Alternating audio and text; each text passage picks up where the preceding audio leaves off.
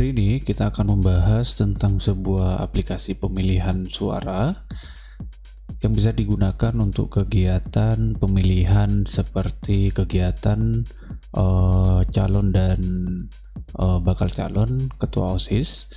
Kemudian bisa digunakan untuk kegiatan yang serupa. Dan untuk aplikasinya, contohnya seperti ini tampilannya. Terdapat dua tingkat user. Yang pertama adalah peserta DPT, kemudian yang kedua adalah admin. Dan untuk masuk ke halaman ini, saya coba mensimulasikan terlebih dahulu. Dan di sini adalah halaman login untuk peserta. Kemudian yang kedua di sini adalah halaman untuk petugas ataupun admin. Dan untuk akun ataupun username untuk masuk ke halaman admin itu adalah admin, kemudian passwordnya adalah admin123. Kemudian kita klik login di sini, dan di sini adalah tampilan dashboardnya. Dan kita akan mencoba mensimulasikan terlebih dahulu. Jadi kita perlu untuk melakukan login terlebih dahulu sebagai peserta. Kita akan melakukan login, jadi cukup simple caranya. Kemudian setelah berhasil memasukkan username dan juga password, kita perlu login. Dan ini adalah tampilannya untuk daftar ketua dan wakil OSIS. Jadi kita bisa langsung memilih pasangan mana yang akan dipilih. Jadi misalnya kita akan memilih pasangan nomor 1, tinggal diklik saja. Dan setelah selesai mengklik atau memilih, halaman ini akan otomatis muncul. Jadi di sini akan terpaksa untuk harus logout. Dan ketika kita coba login lagi, di sini sudah ada notifikasi bahwa user yang barusan saya masukkan sudah berhasil ataupun sudah digunakan. Dan setelah ini kita akan bahas bagaimana cara instalasinya. Jadi yang pertama kita download dulu source code-nya di bagian deskripsi. Jadi untuk filenya yaitu namanya pemilos, dan kita ekstrak dulu. Jadinya nanti setelah berhasil diekstrak jadi seperti ini. Dan kemudian kita copy dan kita letakkan di bagian XAMPP-nya ataupun di htdoc. Kemudian kita paste di sini.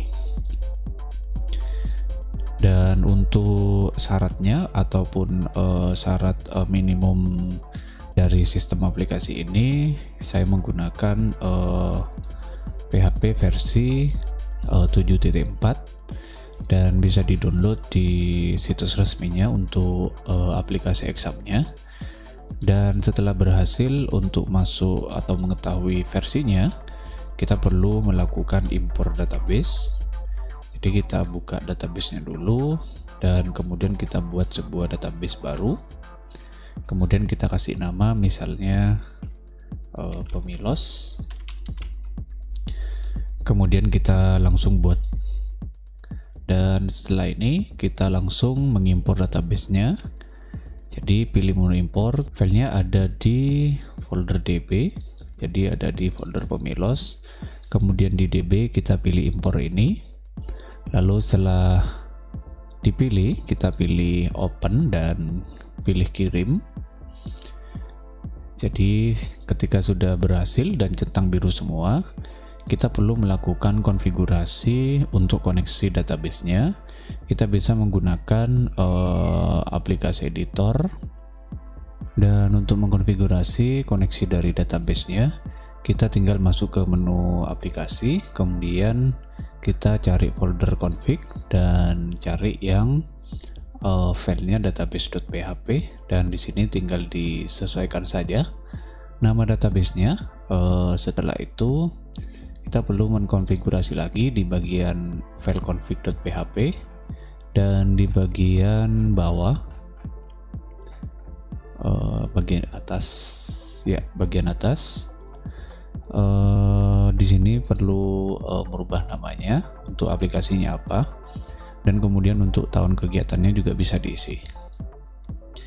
Dan setelah ini berhasil dikonfigurasi, tinggal di save saja. Kemudian kita bisa langsung mengaksesnya.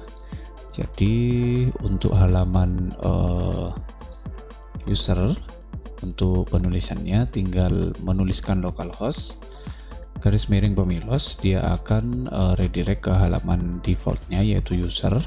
Dan untuk masuk ke halaman adminnya untuk bagi petugas, jadi perlu menambahkan setelah pemilosnya tambahkan admin, dia akan otomatis masuk ke halaman admin. Dan untuk username-nya untuk petugas, jadi passwordnya adalah admin123. Kemudian login, dan ini adalah tampilan dashboardnya. Jadi di sini kita perlu mengkonfigurasi atau mengisi profil lembaga terkait dengan beberapa data dan alamat juga. Dan setelah berhasil mengisi, tinggal menekan tombol update, dan di sini juga ada notifikasi berhasil diperbarui datanya. Dan untuk pengaturan informasi kegiatan, di sini ada tahun pelajaran dan ada tanggal pelaksanaan. Misalnya kita ganti ke tanggal 5, kemudian pilih simpan. Dan untuk dua menu ini, reset akun DPT dan reset data pemilih. Untuk DPT ini fungsinya adalah untuk mereset akun yang misalnya digunakan orang lain. Jadi ketika peserta tidak bisa login, jadi kita bisa meresetnya di bagian sini. Dan untuk ini adalah fitur untuk hapus data. Jadi untuk fitur ini hanya menghapus beberapa, yang tidak terhapus adalah identitas lembaga, dan beberapa yang seperti tahun juga tidak berubah. Dan setelah itu kita perlu memasukkan data kelas. Dan di sini ada beberapa contohnya sudah. Saya coba tambahkan kelas di sini, tambah PS4. Dan di sini sudah ada 4 kelas. Dan setelah itu, setelah menambahkan kelas, kita juga menambahkan yaitu data kandidat ataupun calon. Jadi caranya tinggal masukkan NISN-nya, kemudian nama calon, nomor calon, kemudian foto. Jadi sebagai contoh kita hapus saja dulu 1, kemudian kita tambahkan misalnya NISN-nya seperti ini, kemudian nomornya nomor 3, namanya misalnya Hanif Jumaidi, dan yang terakhir kita perlu mengupload sebuah foto. Kemudian pilih simpan, dan di sini berhasil ditambahkan. Kemudian untuk mengeditnya tinggal klik edit saja, tinggal diubah saja. Kemudian untuk kembali tinggal menekan tombol kembali. Dan setelah berhasil menambahkan atau menyeting daftar kandidatnya, kemudian yang kedua adalah menambahkan DPT di sini. Jadi saya coba hapus dulu semua. Dan di sini datanya sudah kosong semua. Kemudian ada dua cara, tinggal menambahkan secara manual satu persatu atau menggunakan template yang sudah saya sediakan. Dan untuk templatenya tinggal di-download di sini, kemudian tinggal di-upload. Dan di sini saya sudah menyiapkan data. Jadi datanya sudah saya siapkan, dan di sini adalah file uploadnya. Jadi yang pertama adalah username, kemudian password. Jadi username ini nanti akan jadi NISN, dan untuk namanya ini adalah nama pesertanya. Kemudian di sini ada jenis kelamin, tinggal pilih P ataupun L. Dan kemudian ada kode kelas, dan di sini untuk kode kelasnya referensinya untuk angkanya tinggal melihat di database. Jadi ketika kita cek di sini, kita cek lagi, dan untuk di tabel kelasnya, jadi mengikuti KD di sini. Jadi misalnya untuk yang IPA 1, jadi ID-nya 1, dan di sini ID-nya adalah 1, berarti IPA 1 semua. dan kita akan coba upload ke dalam data ini. Jadi caranya tinggal pilih telusuri saja dan pilih templatenya, kemudian pilih open. Setelah itu pilih upload data, dan di sini datanya sudah masuk, dan di sini datanya ada 9. Dan ketika kita tambahkan secara manual, misalnya kita tambahi angka 1 untuk namanya, misalnya Dewi Sinta. Lalu untuk jenis kelaminnya perempuan, daftar kelasnya tinggal dipilih, kemudian tinggal simpan, datanya juga akan muncul. Dan kita coba akan tambahkan lagi datanya. Jadi kita copy, kemudian kita rubah angkanya, lalu namanya Hani Sofi, jenis kelamin perempuan, daftar kelasnya bisa PS1, lalu simpan. Dan di sini juga ada fitur pencariannya. Misalnya kita akan mencari nama Dewi. Di sini sudah muncul dengan nama Dewi, dan juga untuk fitur cari ini berlaku untuk pencarian NISN, kemudian nama, dan yang terakhir adalah kelas.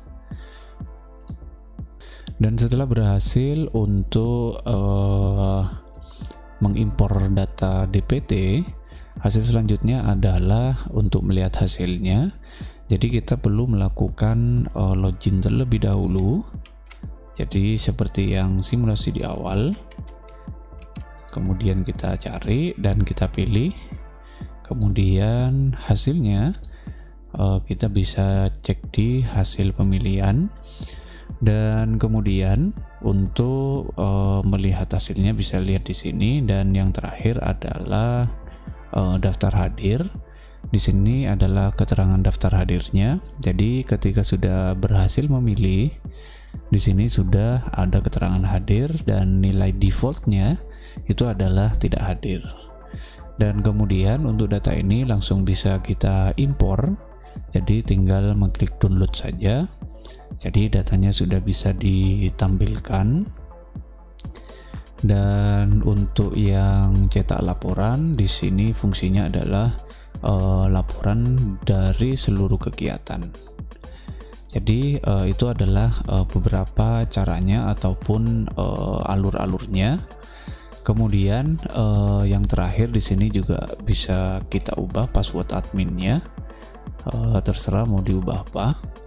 Dan setelah selesai datanya ataupun kegiatannya dilakukan, kita langsung bisa membackup database-nya. Dan untuk mengulang lagi atau melakukan kegiatan lagi, tinggal menekan tombol reset data pemilih ini. Dan apabila ada kesulitan ataupun kendala dalam instalasi atau konfigurasi, bisa langsung ditanyakan di bagian kolom komentar. Dan untuk di bagian data DPT, di sini untuk jumlah data yang ditampilkan adalah 10, dan untuk merubahnya ada di bagian controllernya, di bagian file admin. Jadi kita cari saja untuk data DPT namanya. Dan di sini ada yang namanya settingan untuk perhalamannya. Jadi kita bisa merubah ini. Dan bagian terakhir itu ada yang namanya laporan. Jadi di bagian laporan untuk judul-judulnya yang sifatnya statis bisa dirubah di sini, dan untuk data dinamiknya tinggal disesuaikan saja dengan yang ada di database, dan sisanya tinggal silahkan untuk dimodifikasi sendiri. Semoga video ini bermanfaat.